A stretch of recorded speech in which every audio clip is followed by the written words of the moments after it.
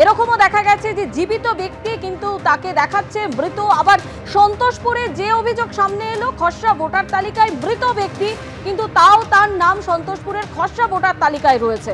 বহুদিন আগেই মৃত, তাও মা ছেলের নাম খসড়া তালিকায়। ইচ্ছে করেই খসড়া তালিকায় মৃতদের নাম, অভিযোগ সিপিএম এর। যা বলার কমিশনকে বলবো, মৃত ভোটার বিতর্কে প্রতিক্রিয়া বিএলওর। খসড়া তালিকা মানেই চূড়ান্ত নয়, ভোটার বিতর্কে বলছে কমিশন সূত্র মারফত এমনই খবর। এসআইআর প্রক্রিয়া নিয়ে এত কথা বলার পর তারপরে সমস্ত কিছুর পরে একটা খসড়া তালিকা বের হলো। আবার আমরা যাদবপুরেই একটা পার্টের শুধু আপনাদের উদাহরণ তুলে ধরি, 167 নম্বর পার্ট খসড়া ভোটার তালিকা যেটা বেরিয়েছে, সেখানে তাকে চেক করতে গিয়ে দেখা গেল সেই পার্টে একেবারে মানে প্রতিষ্ঠিত এটা যে ওই মানুষ দুটির নাম, ওনারা মারা গেছেন, ওনাদের নাম বাদ যাবে, সেই নাম বাদ গেল না। আপনি বলতে পারেন এটা যে বিএলওর পক্ষে জানা সম্ভব ছিল না, বিএলওকে দেওয়া হয়েছে, কিন্তু যখন এই প্রক্রিয়া চলে এবং বিএলও যখন ফর্ম দিচ্ছে, তখন সিপিআইএমের যিনি বিএলএ 2 তিনি বারবার বিএলওকে বলছেন, অগ্নিজিৎবাবুকে বলছেন যে আমি জানি এরা মৃত, এদের নামটা রাখবেন না। পলিটিক্যাল প্রেশার আপন বিএলও, এবং তিনি সেই প্রেশারের কাছে নতি স্বীকার করে সেই নাম দুটোই রাখলেন।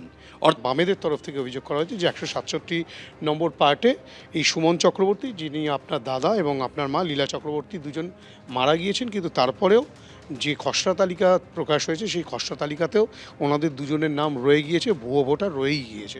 তেমনটাই অভিযোগ সিইও দপ্তরেও কিন্তু ইতিমধ্যেই অভিযোগ জানানো হয়েছে। এই বিষয়ে আপনারা কি বলেন? হ্যাঁ, একদম সঠিক। কারণ আমি জানতাম না যে ওটা ফিল আপ করে পাঠাতে নেই, বা আমাকে ইনফরমেশন দেওয়া হয়নি সেরকমভাবে যেগুলো পাঠাতে হবে না। আমাকে লিস্ট দিয়েছে যে এগুলো ভোটারের ইয়ে আছে, আমি সেই হিসাবে ফিল আপ করে দিয়ে পাঠিয়ে দিয়েছি। এবং সেটার জন্য ওরা আমাকে বলেছে তার ক্যান্সেল করার। আমি বলেছি হ্যাঁ, ক্যান্সেলও করে দেবো। কীভাবে করতে হবে বলুন, প্রসিডিওরটা বললে আমি ক্যান্সেল করে দেবো। আমি বাইরে ছিলাম, ফিরেছি তারপরে, এবং উনি যখন হোয়াটসঅ্যাপে আমাকে দিয়েছে সেটা আমি হোয়াটসঅ্যাপে ওনাকে রিপ্লাইও দিয়েছি। ডিক্লারেশন দিয়েছেন ইতিমধ্যে? উনি আসবেন, উনি এসে ডিক্লারেশন নেবে। ডিক্লারেশন, হ্যাঁ হ্যাঁ। এই অভিযোগটা তাহলে কেন আসলো? আগে দেননি কেন, বা আমরা তো জানতামই না। বিএলও জানায়নি? কোনটা? বিএলও ফর্ম যখন দিয়ে গেছে তারপরে আমি চলে গেছি বাইরে। এখানে ওনারও ভুল নয়, আমারও ভুল নয়।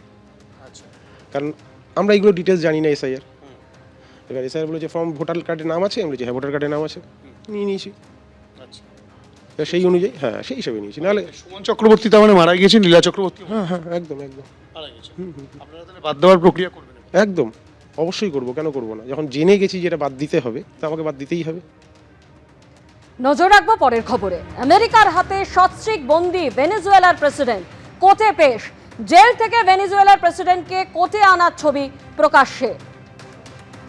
সেই ছবি আপনাদের সামনে তুলে ধরছি। ভেনেজুয়েলার প্রেসিডেন্ট সস্ত্রীক, তাদের আজকে আদালতে পেশ করা হচ্ছে, এবং জেল থেকে ভেনেজুয়েলার প্রেসিডেন্টকে কোর্টে আনার সেই ছবি প্রকাশ্যে।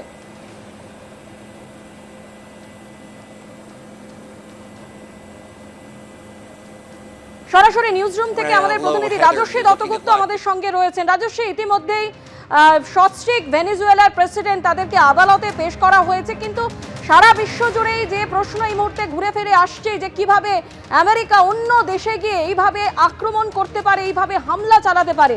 যদিও ভারতের তরফ থেকে বলা হয়েছে এই বিষয় নিয়ে উদ্বিগ্ন, কিন্তু যে প্রশ্ন উঠে আসছে, কি পদক্ষেপ নিতে পারে, কি অবস্থান নিতে পারে আগামী দিনে ভারত?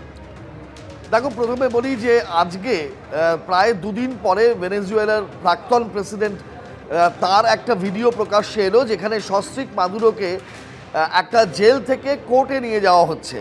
এবং যেটা সূত্র মারফত জানা যাচ্ছে যে ব্রুকলিনের একটা জেল, সেখান থেকে ম্যানহাটানের একটি কোর্টে আজকে সস্ত্রীক তাদেরকে নিয়ে যাওয়া হয়, এবং মাদক সন্ত্রাসের অভিযোগ তাদের বিরুদ্ধে আনা হয়েছে।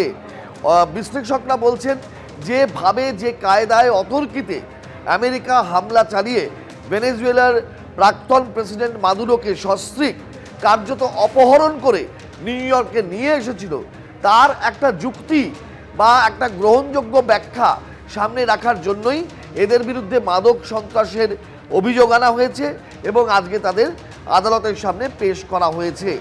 এখন ব্যাপার হচ্ছে যে এরপর এই মার্কিন যে গতিবিধি সেটা কোন দিকে যাবে, এবং সারা বিশ্ব ইতিমধ্যেই বা আমেরিকার এই ধরনের হামলার ওপরে, আগ্রাসনের বিরুদ্ধে সোচ্চার হয়েছে। কিন্তু ভারতের তরফেও বিবৃতি দেওয়া হয়েছে। ভারতবর্ষ গোটা বিষয়টা পর্যবেক্ষণ করছে এবং বিদেশ মন্ত্রকের তরফে আগামী যত ঘটনাক্রম এগোবে সেই মতন তারা তাদের মতামত জানাবেন, এমনটাই বলা যেতে পারে।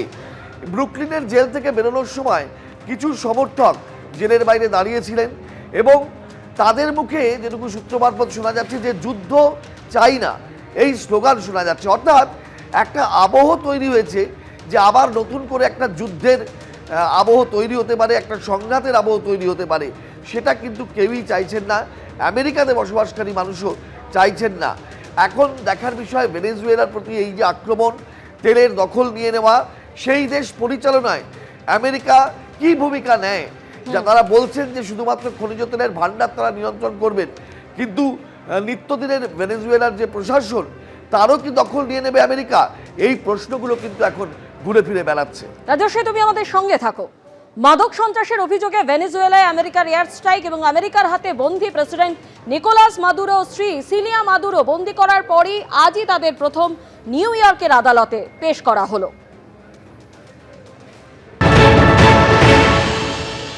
The largest consumer of narcotics involved today is United States of America.